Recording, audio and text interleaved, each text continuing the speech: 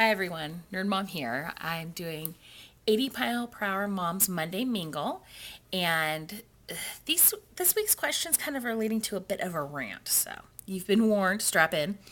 Her first question is asking if we watched the Extreme Couponing show on TLC. I'm too cheap to have cable anymore, so we don't, and which means I don't watch the Extreme Couponing show because they do not have full episodes online, at least not from any legal sources that I've seen. But just to answer this question, I went and watched all the clips they had online. What's wrong with these people? I mean, that sounds harsh, but I'm a harsh person. Is in the previous Monday Mingle, I've been couponing since I was a small child. Love coupons. Honestly, don't have double coupons here anymore. If we did, who knows? I might have gone a little nutty because when they're paying you to take stuff home, that is awfully attractive. But my problem is the excess of everything. I watched a clip with a woman who bought 50 boxes of pasta because she was getting basically for free. Now, on one hand, I go, dude, it's pasta. You'll use it eventually. But the reality is, sales are on cycles. Coupons are on cycles. Do you think it's never going to go on sale again? Do you think you're never going to have a coupon again? I mean, the guy who had $1,500 worth of toothpaste, how much toothpaste do you need for your life? And then are you just never going to buy it anymore? Because here's a little secret that I didn't know growing up, because my mom did a lot of this kind of shopping too. Those things have expiration dates. They have expiration dates for a reason. So you may say, I'm buying enough to last me the next 20 years. Well, that toothpaste isn't going to last you 20 years. You know, the bags of flour you may have are, well, let's be honest, they're not Whole Foods like even flour. The boxes of pasta you stick in there, or the cookie dough mixes, those could get weevils in them. You have $20,000 in your freezer. What happens when you lose power? Some of that for me is just a little frustrating on that side of it.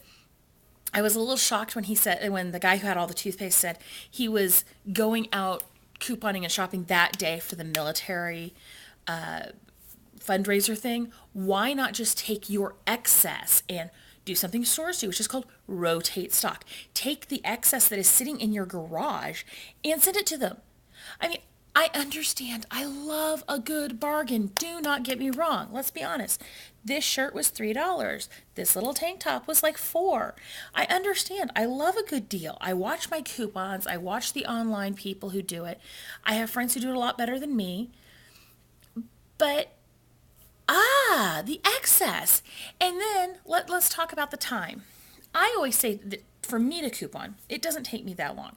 It takes me a couple hours a week if I want to keep everything together and have it organized and be ready to go. And that is counting looking at the matchups online, the printing out, the Sunday papers when I get them, all that stuff. But these people have turned it into a full-time job. My household grocery budget isn't as much as if I went to work full-time. So you really have to look at your cost analysis there. Is that really the best way for you to maximize your time financially? Forget your children, forget quality of life, all that. Just money to money. And I say that as somebody, my husband had to convince me of that. If I could go work and make $10 an hour, but I'm only saving $5, that's not good. And then let's talk about the food itself. One of the reasons I don't coupon as much as I used to is because they don't do a whole lot of coupons usually for apples, or for pears, or for carrots, or for tomatoes. Now, occasionally, like right now, Vons has a $1 off a $5 produce purchase. But those awesome coupons where you get all your food for free, those usually aren't fresh foods. They're usually not meat. They're usually not produce. They're even very rarely do you get flour or sugar coupons so you can, bake something. I had to have a conversation with my husband about the whole idea of, is it Pillsbury makes them? Or no, Betty Crocker, who makes little cookie mixes in the bag. Even though we don't double coupons, I could have still been getting them for like 15 cents a piece, 20 cents a piece, which is a lot cheaper than it would cost to make a batch of cookies. But when you read through the ingredients, they're not all necessarily food. And I mean, well, I'm pro chemical, I'm a Republican. I don't want to come off sounding like, oh no, that's all evil. I would rather serve my family better food. I can't get chicken breasts with those coupons. What I can get is chicken nuggets that have been chopped up, reformed, and fried. I would rather pay a little bit more and just get chicken. Okay, so that rant's over. I understand the value of what they're doing. I just think they've taken it to a level that may be a bit misguided.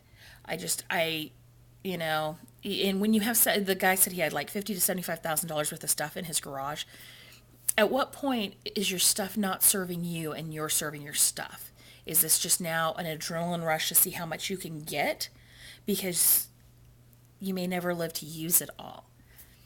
Okay, now really, the rant's over. Second question was asking about tax, our local city-state tax. It varies where I'm at right now. I'm in Fresno, California, but I often shop in Clovis and Sanger, which is 2 streets one way, 3 streets the other. And in Clovis, it's 8,975. And Fresno's a little lower. I'm not sure how much. I want to say like a quarter of a percent, maybe half a percent. And Sanger's a quarter percent more.